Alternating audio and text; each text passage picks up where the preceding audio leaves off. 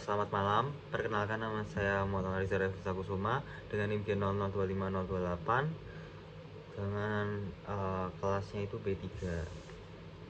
Terus di sini saya akan menjelaskan tentang pertanyaan pertama, yaitu Rodalang 65 tahun datang ke rumah sakit A dengan keluhan nyeri di bagian punggung bawah sejak 1 minggu yang lalu. Terus dokter mengatakan bahwa terdapat gangguan struktur pada tulang belakang Rodalang. Terus yang pertama aku mau jelasin tentang struktur anatomi vertebrae. Oke, yang pertama itu di sini aku bawa buku. Nah, sebentar. Yes, sir. Terus di sini ada 7 vertebrae cervicalis. Nah, ini gambarnya. Bagian sini, bagian atasnya. Ini terdapat 7 di vertebrae cervicalisnya dari 1 sampai 7. Terus ada 12 vertebrae thoracalis. Yang ini yang agak besar. Terus selanjutnya ada 5 vertebrae lumbaris. Nah, ini tempatnya itu di bagian pinggang. Terus juga di sini ada os sacrum. Terus juga ada os coccygeales. Selanjutnya itu terdapat beberapa struktur umum dari satu vertebrae. Yang pertama itu di bagian sini. Ini ada namanya bagian sini. Ini namanya corpus vertebrae atau badan dari tulang vertebrae itu sendiri yang fungsinya itu untuk nahan beban. Yang kedua itu ada mana ya, bagian dari. Terus selanjutnya itu ada yang namanya arcus vertebrae di bagian sini. Nah, itu fungsinya untuk membentuk foramen vertebral.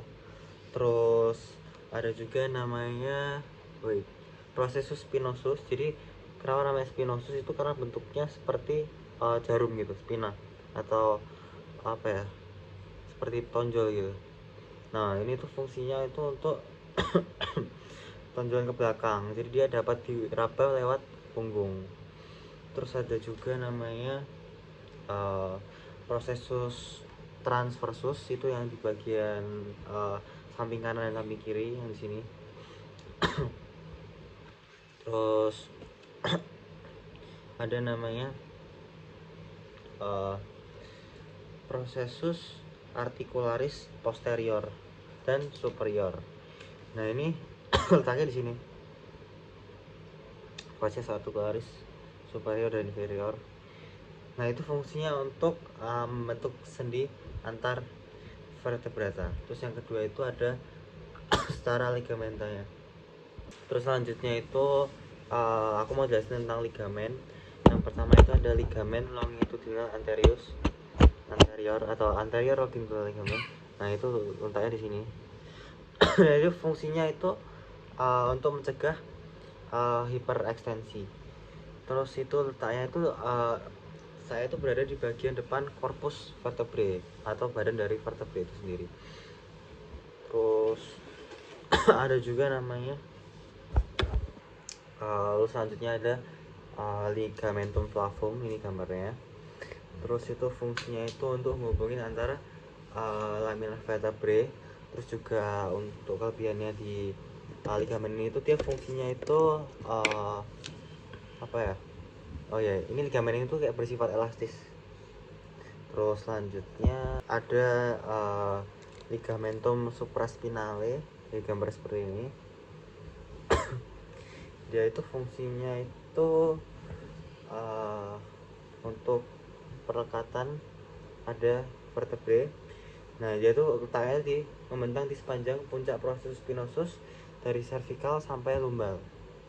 Selanjutnya aku mau jelasin tentang articulatio. Jadi itu ada yang pertama, untuk articulatio itu ada articulatio intervertebralis. Aku nggak bisa nemuin gambar yang tepat, cuman kurang lebihnya posisinya itu di vertebrae bagian ini. Terus juga dia itu ciri-cirinya itu merupakan sendi cartilaginosa antara corpus vertebrae. Terus juga dia dipisahkan oleh discus intervertebralis yang fungsinya itu untuk peredam kejut. Terus yang selanjutnya itu ada facet joint atau articulatio zygapophysalis. Nah, dia itu adalah sendi sinovial antara processus articularis superior dan inferior yang vertebrae berdekatan. Jadi dia berfungsi untuk gerakan fleksi, ekstensi, terus juga rotasi. Sekian dari saya, terima kasih. Saya di sini untuk yang nomor 2 itu akan menjelaskan tentang plexus brachialis. Jadi plexus brachialis itu dia memiliki 5 bagian utama. Yang pertama itu roots, trunk, division, cord, and branches yang disusun dari proximal ke distal. Untuk gambarnya seperti ini yang saya temukan di internet. Terus yang pertama itu trunks, dia terdiri dari C5, C6, C7, C8, dan T1. Nah, dia itu muncul dari ramus anterior saraf spinal. Terus akar ini juga memiliki foramen intervertebrale di tulang belakang serviks. Untuk cabang pentingnya, nervus nervusnya yaitu nervus dorsalis scapulae di yang bagian C5 dan nervus thoraxicus longus di C5 dan C7. Terus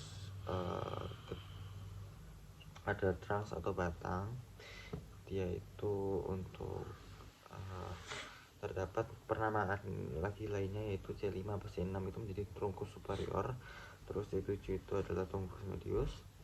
Untuk C8 plus T1 itu adalah trunkus inferior atau yang di bagian bawah ya. Masing-masing trunkus itu terbagi menjadi 2 cabang, yaitu divisio anterior atau bagian depan dan divisi posterior di bagian belakang. Terus yang ketiga itu ada cabang-cabangnya, itu setiap trunkus memiliki divisi anterior dan posterior, dan sehingga totalnya itu ada 6 divisio. Dimana divisio anterior itu dia akan membentuk saraf untuk bagian flexor lengan, bagian depan lengan. Terus untuk divisi posterior akan membentuk saraf untuk bagian belakang lengan atau extensor. Terus yang keempat ada cords, itu kumpulan cabangnya. Jadi ketika divisio bergabung kembali di sekitar arteria axillaris, jadi aku tahu axillaris itu di bagian di daerah ketiak, itu terbentuk 3 cord utama, yaitu yang pertama lateral cord, dia itu berasal dari divisio anterior trunkus superior dan medius. Terus yang lalu ada posterior cord, dia asal dari semua divisio posterior, yaitu dari superior, medius, dan inferior. Terus selanjutnya ada medial cord atau berasal dari divisio anterior trunkus inferior. Terus selanjutnya yang untuk cabang terakhir itu ada branchus. Nah, dia ada 5 saraf utama yang menyuplai seluruh lengan, yaitu nervus musculocutaneus, dari namanya musculo itu muscle atau otot, cutaneus itu kulit. Jadi lateral cord ini fungsinya atau area yang disarafinya itu ada otot flexor lengan atas dan sensasi kulit lengan bawah. Terus ada nervus axillaris, dia itu asal cordnya dari posterior cord. Terus fungsinya atau area disarafinya itu adalah otot deltoidea, jadi di bagian sini, di bagian lengan atas. Terus ada kulit bahu juga. Terus yang ketiga ada nervus radialis, itu di posterior cord. Nah, itu fungsi atau area disarafinya itu adalah otot ekstensor lengan dan tangan, dan di punggung tangan juga. Terus yang keempat itu ada nervus medianus, yaitu asal cordnya itu lateral dan medial cord. Terus fungsi atau area disarafinya itu adalah otot flexor lengan bawah dan sebagian tangan, dan juga telapak tangan sisi yang radial. Terus yang terakhir itu ada nervus ulnaris, itu asal cordnya di medial cord. Terus fungsi atau area disarafinya itu ada di otot intrinsik tangan dan kelingking dan jari manis bagian ulnar gitu. Lalu fungsinya untuk dari plexus brachialis ini tuh yaitu untuk memberikan gerak motorik pada bahu, motorik dan sensorik lebih tepatnya pada bahu, pada lengan, pada tangan. Terus kalau cedera yaitu nyebabin kelemahan atau hilangnya sensasi pada bagian sesuai saraf yang rusak. Nah, mungkin segitu aja sih. Oh iya, tadi yang cedera atau rusak itu menyebabkan hilangnya sesuai area itu, maksudnya misal yang rusak itu bagian nervus malaris. Nah itu mungkin yang rusak akan di bagian tangan atau jari kelingking gitu. Ya, perkenalkan, nama saya Lauri Sarafunsa Kusuma dari NIM 02528 kelas B3. Jadi di video kali ini saya akan menjelaskan tentang pertanyaan itu adalah Minho, 33 tahun, merupakan seorang atlet lari cepat atau sprint. Terus suatu hari ketika sedang berlatih, Minho tiba-tiba mengeluh nyeri hebat di tungkai kanan atasnya. Berdasarkan kasus tersebut, jelaskan anatomi regiofemoralis meliputi yang pertama osa, yang kedua muskuli, yang ketiga inervasi. Jadi di sini itu menyangkut dari anatomi regiofemoralis. Nah, apa sih regiofemoralis itu sendiri? Jadi regiofemoralis itu adalah bagian tubuh antara pelvis atau panggung dan juga lutut, kalau nggak salah itu genu ya, kalau lutut. Nah itu yang berperan adalah penting, itu dia berperan penting itu dalam gerakan kayak berjalan, lari, lompat, dan menopang berat badan, atau yang seperti Minho lakukan, yaitu sprint. Terus yang pertama itu ada osa di tulang pengosahan, di tulang di regiofemoralis ini. Tulang utama pada regio ini tuh adalah S femur. Nah, fun fact-nya itu tulang S femur ini adalah tulang terpanjang dan terkuat di tubuh manusia. Terus ada bagian pentingnya itu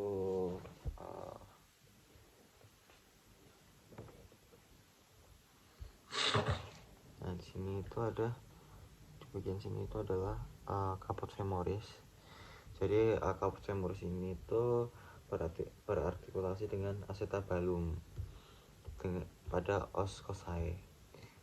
Dia membentuk artikulasi cosae. Jadi cosae itu dia pada sendi panggul. Terus ada namanya column femoris di bagian sini. Nih.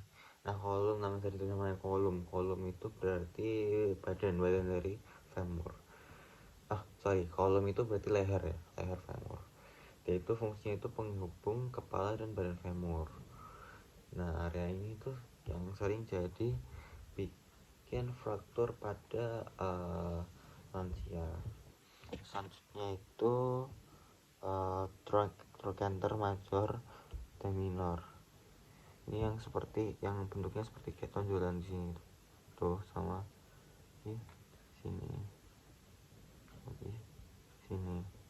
Nah itu tuh dia tonjolan, seperti tonjolan tempat melekatnya otot panggul. Terus selanjutnya itu ini sih yang linea bagian aspera, di bagian linea aspera yang ini. Nah itu dia garis kasar itu yang di sisi posterior femur. Fungsinya itu untuk perlekatan otot kuat seperti adductor magnus dan biceps femoris. Terus selanjutnya ada condylus. Condylus itu condylus itu bukan di bagian sini, sebentar saya tarik gambarnya dulu. Ini condylus itu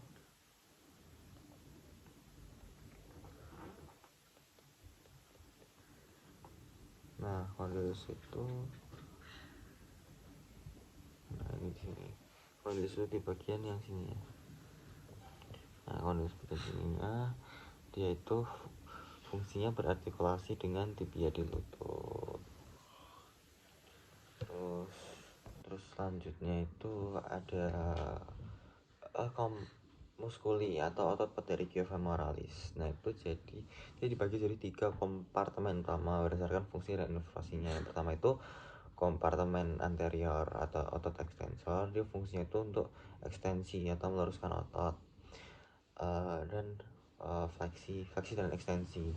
jadi kayak menekuk dan meluruskan panggul. Dia inervasinya itu di nervus femoralis. Nah, untuk otot-ototnya ini ada gambarnya. Yang pertama itu ada sartorius, yang ini. Nah itu untuk sartorius itu fungsinya itu untuk nekuk panggul dan lutut, atau biasa orang-orang sebutnya juga otot penjahit. Nah, selanjutnya ada quadriceps femoris, musculus quadriceps femoris. Dia terbagi dari 4 bagian. Yang pertama itu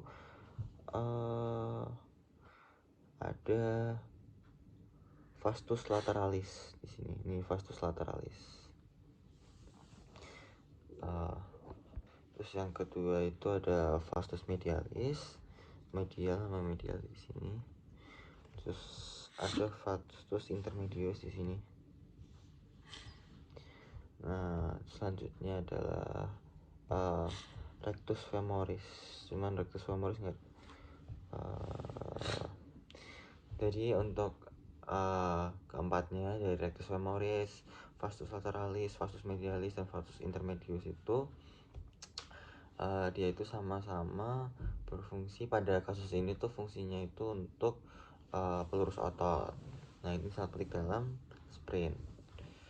Terus kompartemen selanjutnya adalah kompartemen medial femur. Jadi bentar, coba gambar dulu.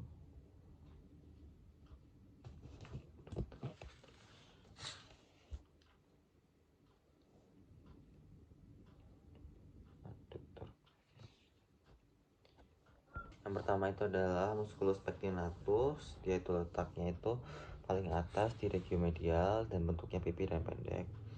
Terus fungsi utama itu untuk aduksi paha. Terus inervasinya di nervus femoralis dan sebagian nervus obturatorius.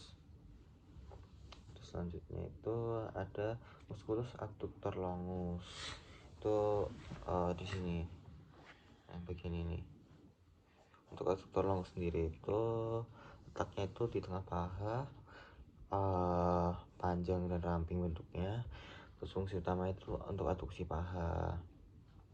Terus inervasinya itu di nervus obturatorius. Selanjutnya ada adductor brevis di sini. Nama adductor brevis. Terus juga letaknya itu di bawah adductor longus. Terus fungsinya itu untuk aduksi paha yang kuat. Terus inervasinya itu di nervus obturatorius dan nervus ischiaticus atau bagian hamstring. Terus nah di sini tuh ada namanya musculus gracilis, yang ini. Kelihatannya yang ini. Nah, itu tuh otot paling medial panjang yang melintasi sendi panggul dan lutut, yang fungsinya itu untuk aduksi paha. Terus inervasinya juga di musculus obturatorius. Mungkin segitu aja dari saya. Selamat pagi.